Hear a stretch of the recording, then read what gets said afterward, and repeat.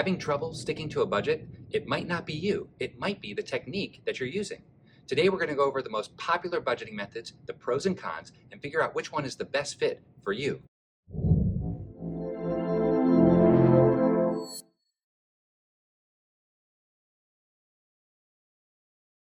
All right, let's start with the traditional budgeting technique. Now, this is where you set a monthly goal of how much you want to spend, but before you do that, you go category by category and add up how much you want to spend in each one. So housing, how much is your housing payment? What about utilities? Then you go to cars, car payment, gas, maintenance. Then you go to, food, dining out, groceries, shopping, things for the kids, things for yourself, hobbies, and you make a line item for every single one. And through that, you figure out how much you're going to spend on a monthly basis. Hopefully, it's meeting your goals of saving and spending and living the life that you want. Now, the pros to this is it really makes you think through every single thing you're going to spend money on, every single thing that you need to allocate money towards to live your life, right? Whether it's the necessities or the discretionary stuff.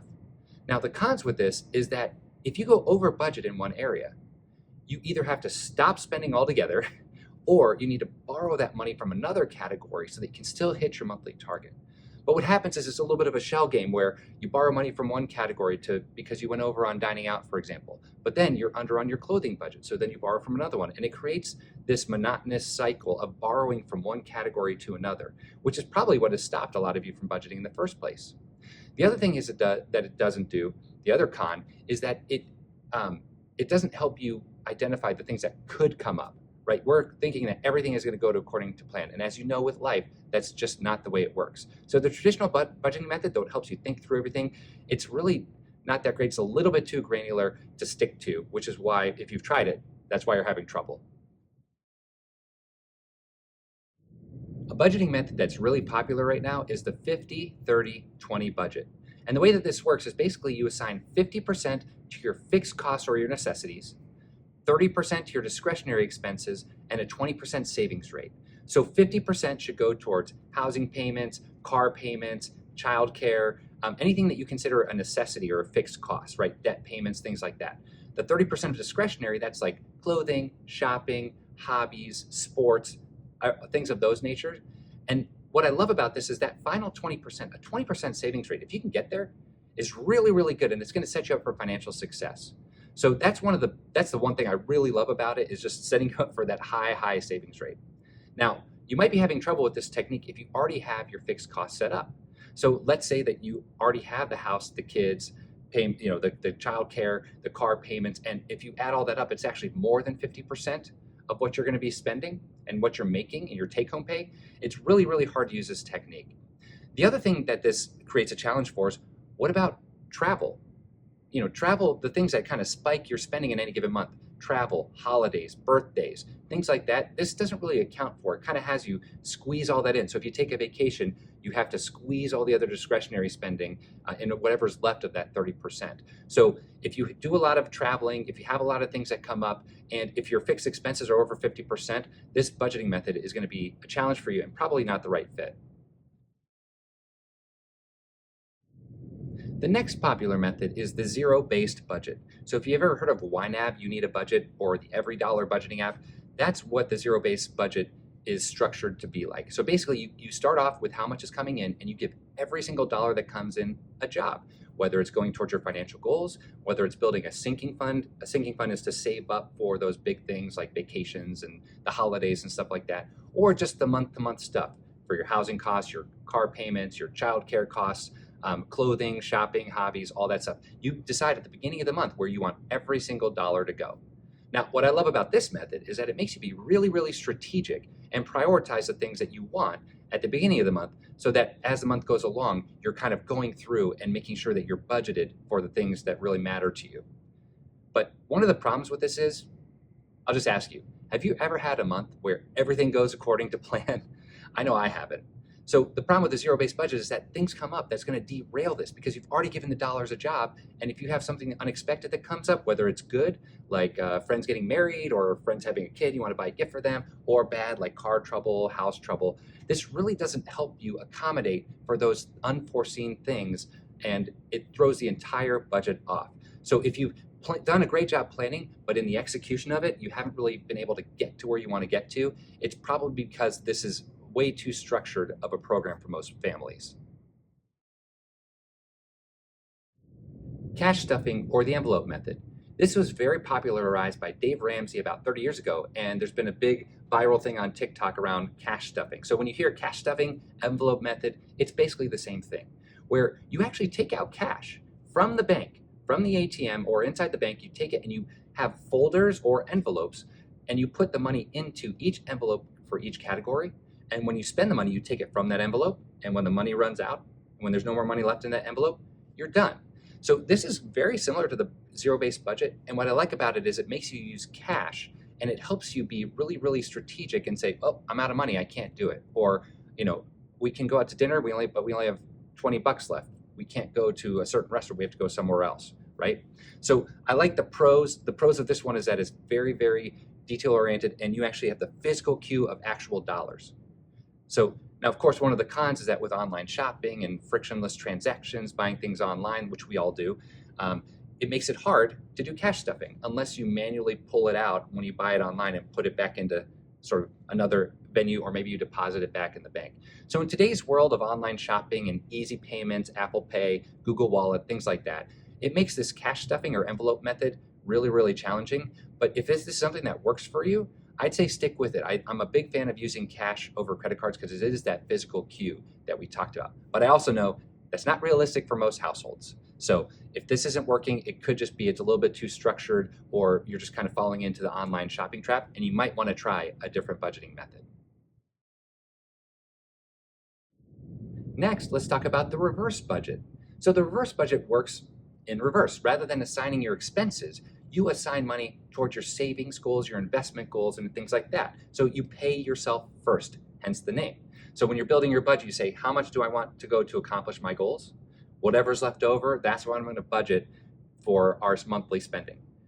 Now, again, I love this method because it bakes in that you're going to be putting money towards your financial goals, whether it's a home improvement project, buying a house, retirement, saving for kids' college, those big long-term strategic plans, or maybe it's just building up your checking account so you don't feel like you're living paycheck to paycheck despite your income. That's a really great benefit of this reverse budget.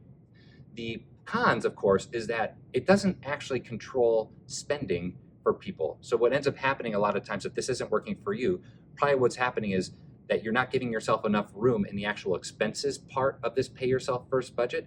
And so as you're spending more and going over that allotted budget, you're having to pull money from your savings goals in order to cover your monthly expenses so you don't go into credit card debt. So it's really, really easy to say, I know we have saving 10%, but we're a little bit over this month, so I'm just going to take money from that. And as soon as you know it, you look back 5 or 10 years and you're thinking, hey, we have this reverse budget, but we haven't really saved what we thought we would save. So that's probably the biggest con of this reverse budget, is just that it's really, really easy, unless you're focused on tracking your expenses, to really eat into those savings and not actually put that money towards your goal. Now we're going to talk about the values-based budget. So the values-based budget is actually one of my favorites because what it does is it makes sure that your spending is in alignment with your values and priorities, right? So what you do is you think about your fixed costs. Obviously, we got to put money towards our housing payments, car payments, childcare, things like that. But then we say, what's important to me? What's important to us? Let's make sure that we are spending money in those areas and allocating part of our budget to making sure those things happen. So whether you have a hobby that you love to do, whether you have things that you want to do with your kids, experiences you want to provide, you bake all that into this budget. So it's very much in alignment. Now, that's the pro of it, is that you actually are kind of living your best life because you're allocating funds to the things that you truly, truly enjoy, help keep you fulfilled, refreshed, recharge, and everything like that. One of the cons of this is that sometimes it gives us permission to spend more than we otherwise should or would, because we say, hey, we're living in alignment with our values. So let's just focus on today and not worry so much about the future.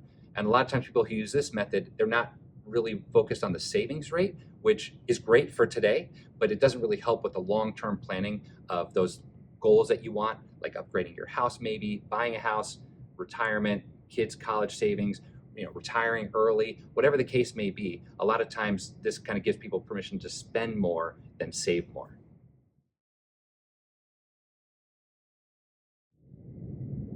Now, if you've been listening to this and you're thinking, I've tried these budgeting techniques and they haven't worked, or after hearing the explanation, you don't think it'll work for you, it's probably one of two common things that I hear from my clients. One, we do fine, but then this quote, something always seems to come up. So what happens is you're going about it, you've done a good job planning, but then something comes up that derails your budget, whether it's with your house, your car, your kids, your pets, or just something that came up out of nowhere that makes you off from where you budgeted to be. Now, the second most common thing I hear is that the system is fine, but it's just a little bit too complex and it takes a lot of time to keep up with. And if we miss a month of keeping up with it, it just is going to take way too long to catch up. And so we just don't have the time to do that. So the two things are, it's not flexible enough to account for those things that will come up because life happens to all of us. And then the other thing is it's too complex of a system that the maintenance part is just too hard for busy people and busy families. So that's why I created the MAP method. So this MAP method is meant for busy professionals, busy families that are having trouble sticking to a budget because something comes up or they don't have the time to spend doing this because they want to do other things or they have other things to do. So the MAP method, M, stands for make a budget. So we make a budget based upon looking at your last 12 months of expenses and figuring out what you want your next 12 to be, and now we know the changes that we have to make to get there. That's making the budget, okay? But then we adjust. So we adjust because things will pop up, and how does that impact what the future spending looks like for this month and for the coming year? And then P, we want to prioritize the things that are important to us as individuals, as a couple, as a family through this process, so that if spending is higher than normal, and we need to adjust, what are the things we want to keep doing that'll put us at the best version of ourselves while also reaching our financial goals? The MAP method. Make a budget, adjust along the way, and prioritize the things that are important to you. Now, this is a lot like using a map app as opposed to an atlas. If you pull out an atlas, if you have one in your car, or if your parents had one in the car when you were a kid, you know that if you want to get from Denver to Chicago, the atlas can get you there. But it has all this information that you don't need. And that's what most budgeting techniques do. They give you way too much information that makes it hard to really figure out and dial in on what you need to do to get from your starting point to your destination. But with a map app, you can plot it in and it'll tell you step by step how to get from where you want to get to your goal. And then if something comes up along the way, it will adjust your path and get you there. And if you want to avoid highways or you want to avoid tolls, the map app can do that too. So that's what this map budgeting method looks like. It's super flexible, easy to maintain because it only focuses on the information that matters to you that will drive you towards your goals. So if this sounds interesting to you, I'd love to hear more from you and learn what has worked, what hasn't worked. So either leave comments below on the budgeting methods you've used and the things that have worked or haven't worked. And I'd love to hear if you want to learn more about the MAP method or talk about another method that might be right for you. I'm always happy to have a free 30-minute complimentary call with you. So there's a button below or a link below that you can click on to set up a 30-minute call for me. I'd love to hear from you. I'd love to meet you, help you find a budget that works for you and your family, that will help you live in alignment with your values and priorities as individuals, as a couple, as a family, while reaching your financial goals. And I'd love to help support you in any way I can to make it happen. Click that link below, set up a call, and let's figure this out together.